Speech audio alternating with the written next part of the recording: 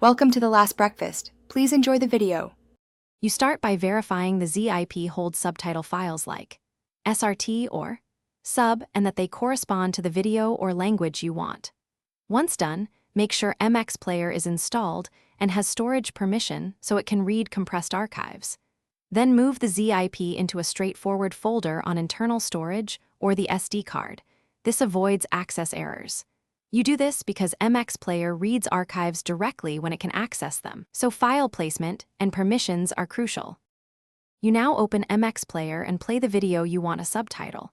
Tap the three-dot menu, select Subtitles, then Open from File. This tells the app you want to load external captions. Navigate to the zip location and pick the archive. MX Player will show contained files so you can choose the SRT or sub inside.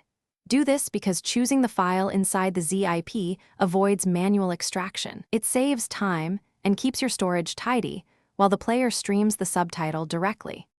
You finish by adjusting sync and appearance. If cues are early or late, use subtitle sync controls to shift timing. Small tweaks fix lip sync.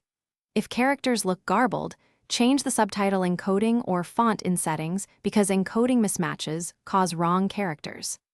If MX Player fails to recognize the zip, extract the subtitle file to the same folder as the video and load it directly. This fallback removes archive-related access problems and ensures the player reads the file reliably. Thanks for watching. If this was helpful, leave a like and consider subscribing. See you next time.